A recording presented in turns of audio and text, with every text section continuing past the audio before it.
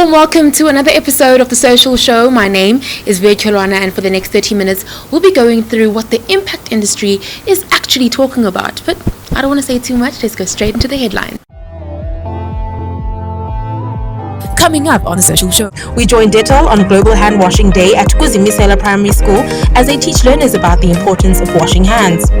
Cyber Cerebral Summit turns on the light bulb on cybersecurity in South Africa. For our Game Changer slot, we have a chat with world-renowned education expert and his reason for visiting South Africa. We end off the show with highlights from our launch of the very first media and storytelling workshop that got the impact industry buzzing. Stay with us. in its efforts to advocate for good hand health hygiene, Dettol is dedicated to increasing the awareness around washing your hands. We were there to find out more. According to the United Nations Children's Fund, at any given time, more than half of the developing world's population is suffering from one or more of the main diseases associated with unsafe water, poor sanitation, and hygiene. The impacts of inadequate hand hygiene include millions of child deaths and significant lag on improving children's health and life prospects. Global Hand Washing Day is celebrated in October, and this year, Dettol set out to work with Kuzimisela Primary School to teach the learners of the importance of washing hands. This program is important kakhulu ebantwaneni, specifically in hand washing, for living a healthy life and always to live a germ-free life. Because these days we know children are children, they do things as they wish and they forget. And as a school, we also emphasize the issue of hand washing daily before they eat. We even emphasize it even when they come from the toilet and we see to eat that they wash their hands. Even after picking up papers after lunch, I also personally emphasize that they go to the hand station and wash their hands before they go to their classes. Because we know germs are germs, they are all over the place. Even in their books, germs are always there because they share those books and they share those stationaries in their classes. The thing about children is that children do what they see. So if we as parents and caregivers are not washing our hands, we're not eating healthier, we're not drinking the right things, then kids are not going to do that. And this is why I am so happy to be here and part of this initiative, because we are now instilling good habits in these young kids who will then go back home and remind their parents and caregivers that this is how we wash our hands and this is why it's important to wash hands. Okay. So it's important to wash hands because we don't want to spread disease. So we know that a simple thing like diarrhea can be prevented by making sure that each time that you've used the toilet, you wash your hands after that. And we take it for granted that people wash their hands after using the toilet. Not many people do that. And this is why Global Hand Washing Day is important, to keep reminding people why it's important to hand wash. A simple thing like flu. Flu spreads through contact. So I know that our grannies taught us that flu spreads from playing out in the cold or running around without a jersey on. It spreads from contact from one person to the next. But if you wash your hands each time after you sneeze or each time after you blow your nose, then we can minimize the number of people that get sick in a setting.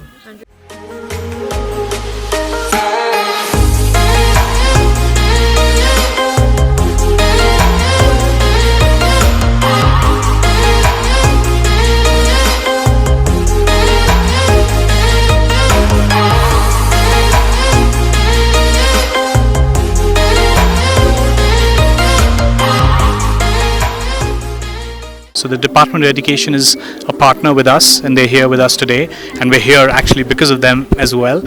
And clearly it's working because the demand is there. They're asking us to go into other provinces as well. At the moment, this program we run is only in Gauteng, but we want to expand it because the need is there throughout. Having said that, we also have launched a new program, which is a mobile clinic. So what we do is it's a Dettol mobile clinic, and it pops up near community health centers, because the pressure on the community health center is so great and so immense. People line up from early in the morning. Again, that's with the Department of Health, and we know that there is a need there. So Dettol is fulfilling that need.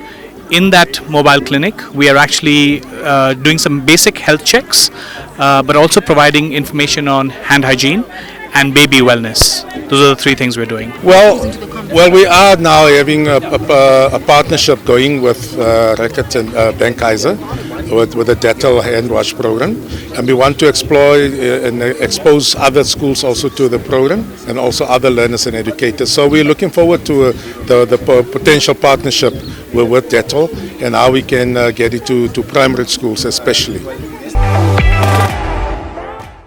Cybersecurity continues to be a big issue in our communities. To answer this call, we had the Cyber Cerebral Summit, which happened at Emperor's Palace, to really tackle the issues around online safety for your business. Check it out. South Africa has the third highest number of cybercrime victims worldwide. On top of this, we are losing almost 2.2 billion each year to cyber attacks. 7 Events Africa brought forward an idea which could be conceptualized into a plan of action by state buy-in. The Cyber Cerebral Summit works to address the untold story of cybersecurity in South Africa. We decided to put together this event because we realized the dangers that our communities, women and children are facing online. And we realized that we won't be able to tackle this matter by ourselves. And the main objective of the event is to bring the industry, government, academia, and civil society together to be able to explore ideas on how we can curb this dangerous phenomenon that has started, which is cyber threats. We know that we have a common thread of cybersecurity here. The thing is, our understanding of the threat that we face is certainly different in many different societies. Of course, here in Africa, we have it different. We understand it differently, and our actions toward putting together steps to work around this are certainly different. In part because maybe of the cultural issues that we have had in the past. Yesterday I gave an example of a situation where when I was young, my dad would always go and check the front door and the back door before we go to bed. That was something that was really happening at the time when I was young, because for him security was in his mindset. He didn't come to me to ask me whether the door was closed either in the front or in the back. So pretty much we still have our parents looking at security as their job. But right now things have changed because the young people are highly involved. We have 71% of young people around the world between the ages of 15 and 24 who are online the whole time, different from the older people. So this is the trend that we're seeing. So if we have a situation where we now start involving young people into this dialogue, definitely our way to combat this and work around this will be definitely different.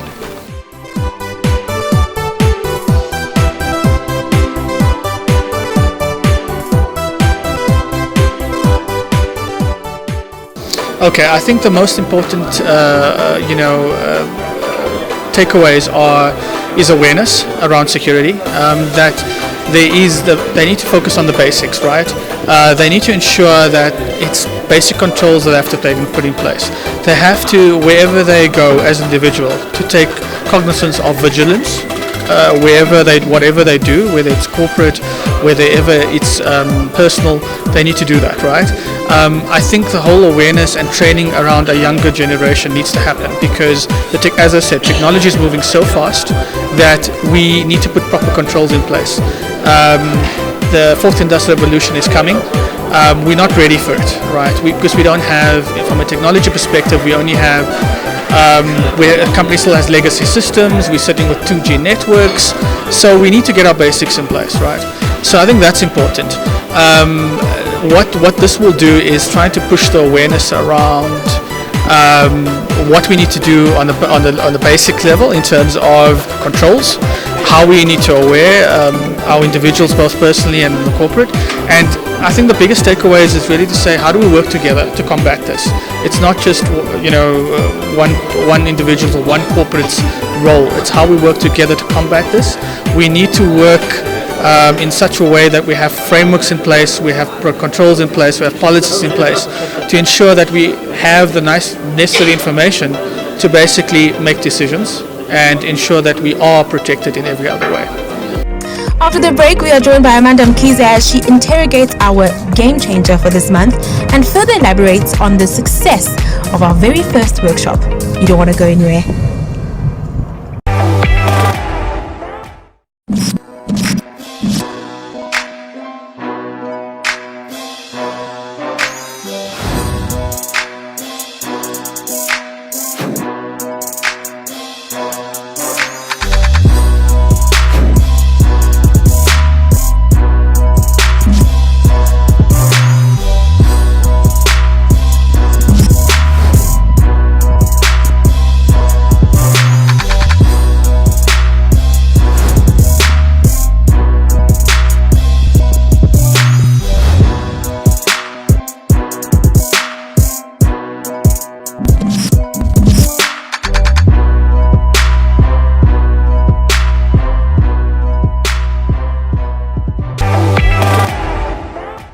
This month's Game Changer, we chat to Jean-Paulo Bruto, who's a global education strategist.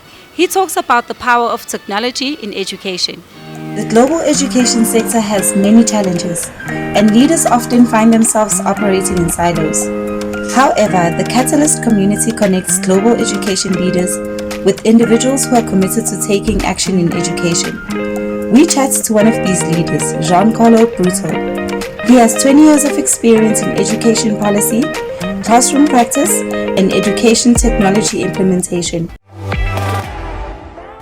So there's a lot of trends in education, and I think as technology continues to evolve, sometimes we get distracted by them. So there's talk about VR and AR and artificial intelligence and personalizing learning for students, and these are all great things, and we have to learn about how to incorporate them into the classroom.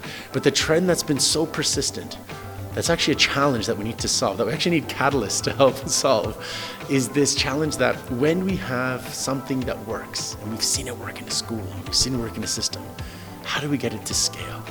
And it's this challenge that there's so many great ideas and so many great tools and technologies or concepts in education, but having it go beyond just a pocket of schools or a pocket of teachers, that's something that's a persistent challenge that we have to address. And it's a trend that's existed 20 years ago in education that will exist at least for the 10 next years, is solving for from research to practice, right? From great idea and innovative approach to scaling that innovative approach. They added a skill for social and emotional skills. People who are creative, people who are compassionate, people who are critical thinkers, right? People who take leadership, who show empathy, right? These are new, they're not new concepts. They've been around for years.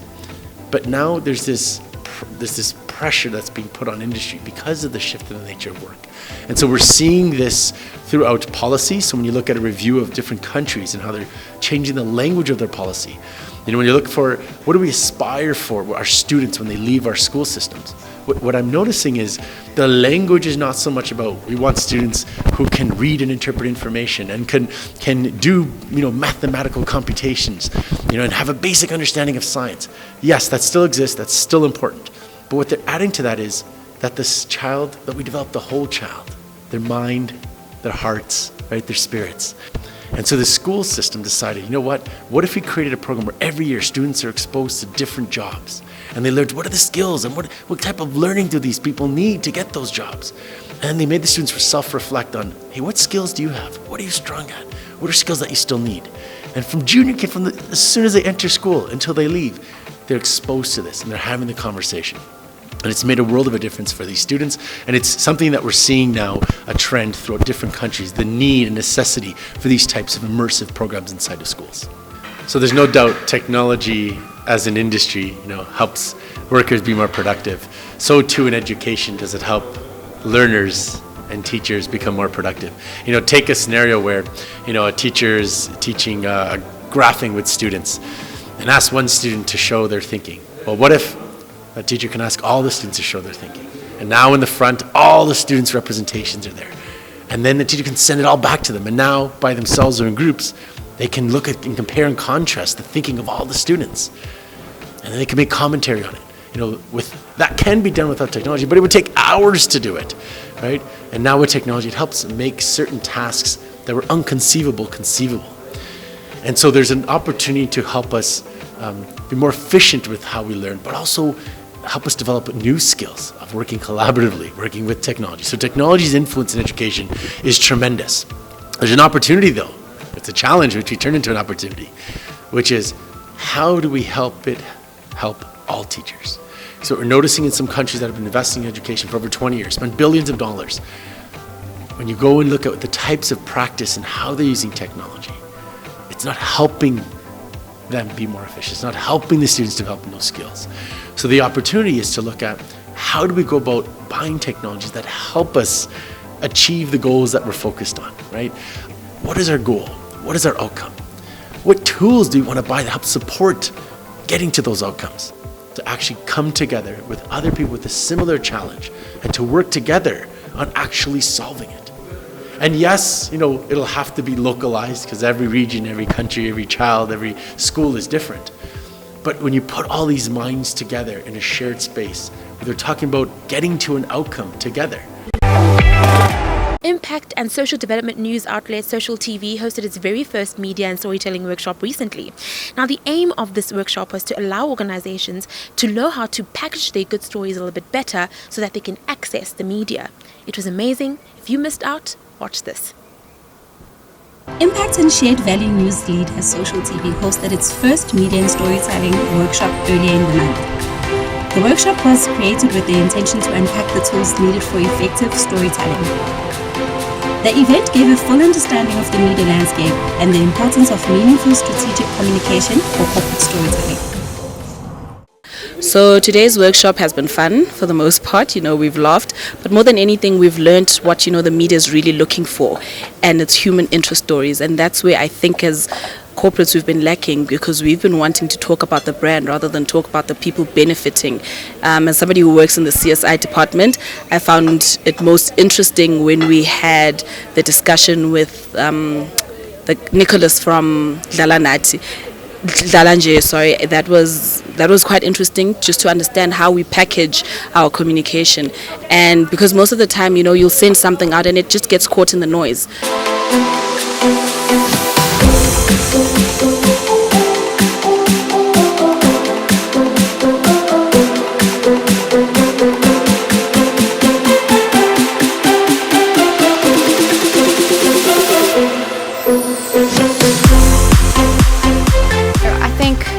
If you look at a forum like we have today, I think that was really important for us because we've learned tips on how to sort of package our stories better. I think the stories are wonderful as they are, but media is business, and if we don't package them in the right way, they won't pick up on them. Today's workshop, very interesting from Social TV. The reason why I say that is I think it was very interesting to know and just to find out a little bit more information on how to stand outside of the noise. In today's social media environment or world, there is just so much noise. And sometimes we forget about the simplicity of how to stand out. And so with our speakers this morning, we learned how to be simple and how to compel or bring together compelling packages that can allow you to, or basically allow or helps you stand outside of the noise. Okay, so a story has got to have a purpose, and the purpose is guided by what the issue that you want to address, because we just don't tell stories for the sake of telling stories. We want to tell stories because we want to make impact. And another tool is knowledge. It's important for me to understand fully the issue that I want to tell a story about, because that allows me the space to stretch my story in a manner that people can really understand and engage and actually connect with the story. Obviously, the most obvious tool would be, the writing skills, which take time, to sort of like hone. Every story is different. It requires a different way of framing, or, it's never like really the same all the time. And of course, research, which is linked to knowledge, of course, is also very, very important. because research helps me to broaden my thinking about the issue, but it also helps me again to frame my story. So I would say that those are the most important tools for storytelling.